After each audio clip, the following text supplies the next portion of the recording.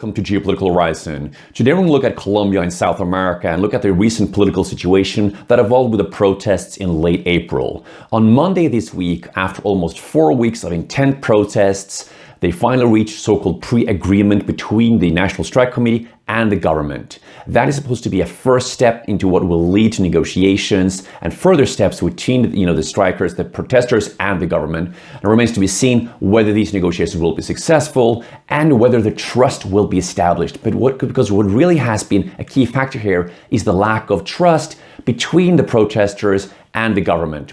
The security forces, which has really been attacking the protesters really harshly, and there have been killings and people have been dying during the protest, and that has been a major contention, and that has really also kind of amplified the protests further.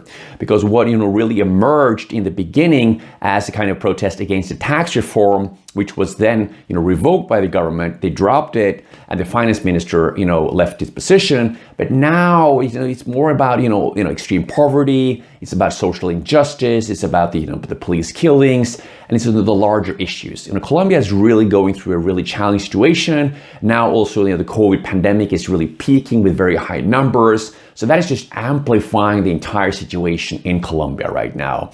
There's also been road blockades across Colombia, particularly in Cali, which has been an epicenter of the protest. Therefore, for foreign investors and companies operating in Colombia, there have been major challenges because of the road blockades have really prevented a lot of the exports. So there's a challenge situation. It remains to be seen whether or not they will really be able to move forward in the short term.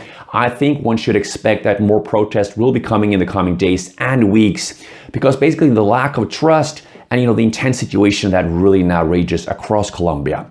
So it remains to be seen what happens, but going forward, I think it's going to be key for the government to really implement policies as soon as possible and really document that are taking effect, and that is really important. Well, thank you so much for joining, and please do remember to subscribe to Geopolitical Horizon, and we'll look forward to see you again.